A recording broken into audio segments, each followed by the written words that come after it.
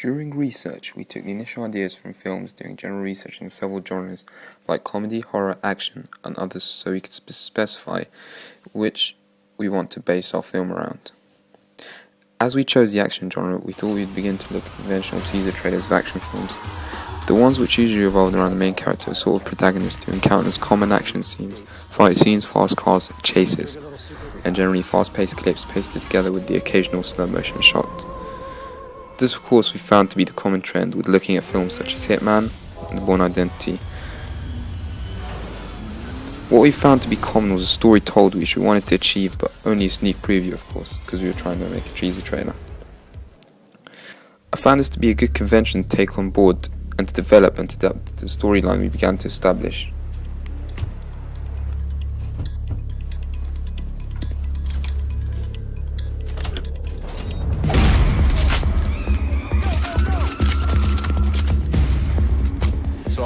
As we moved into planning, we began to find that we wanted a story that defied some typical conventions, and I thought we could take advantage of our travels in the summer holiday, not only to get ahead on our filming, but to create a pretty epic storyline.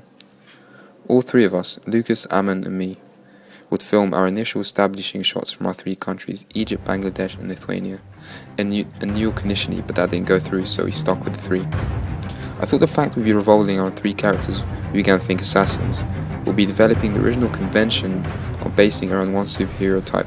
Of course this has been done before, so it's not a challenge to the convention, but more like an alteration. In addition to the fact that we were originating from alternative countries rather than typical European or an American location that you'd usually find in your real media product, we thought it would be a nice way to stand out. Whilst filming the introduction, which consisted of each character with their establishing shot in their foreign country and a scene of each of us walking away and then progressing onto a scene where the characters eventually meet up on location, I always thought it was a good idea to utilise a triple split screen, which was a challenge to your usual convention once again, a split screen, and it was a good way of keeping the viewer engaged during the first few scenes, which were kind of slower scenes. Of course, as we progressed into creating our product, we did take on many of the basic forms and conventions of an action trailer on board, and even some general rules when it came to trailers. Generally, we thought we'd take on voiceovers. 3 countries, 3 targets, 3 assassins. Even though some trailers had the ident position somewhere between, it wouldn't have been an effective approach for us, so we kept it simple.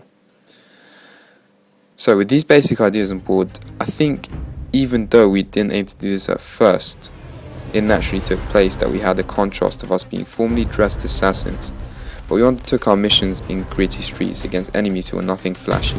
We didn't exactly have a Ferrari flying over buildings. So I felt this was an interesting contrast and a challenge to your flashy action trailer with your big explosions and whatnot.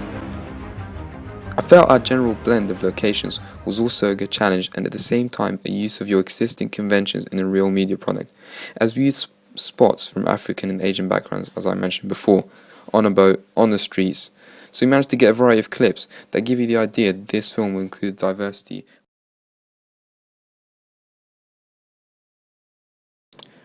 Looking at costumes, it was a very important aspect when we were thinking about making our film and making our teaser trailer. And the whole concept was to be dressed similarly, where we were all dressed in black and white suits. And the inspiration used was from the film Hitman. From the film, the main character had a red tie which distinguished him from the rest. We obviously thought to adopt the idea initially, but it didn't work out, as we thought it would be important to keep us all the same, so the audience could easily establish during the teaser trailer that we were all interrelated in a way, even though we all came from 3 different countries.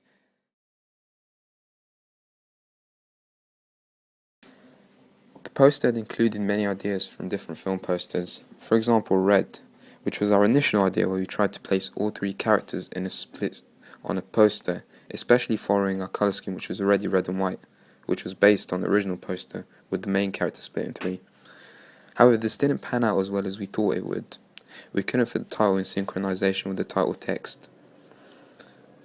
So, when we began to redraft the poster, it began to take shape, and I intended to keep it simple, as I'd seen original posters, like the one lying opposite me in class of Independence Day.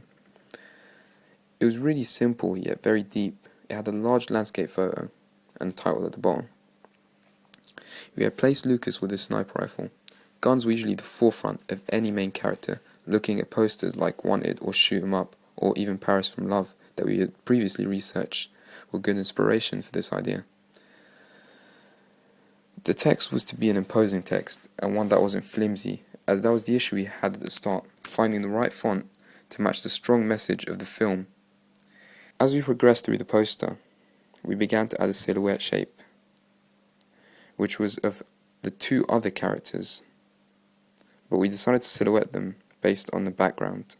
I think this piece was very different to real media poster, but however maintained the basic conventions with characters' guns and effective background.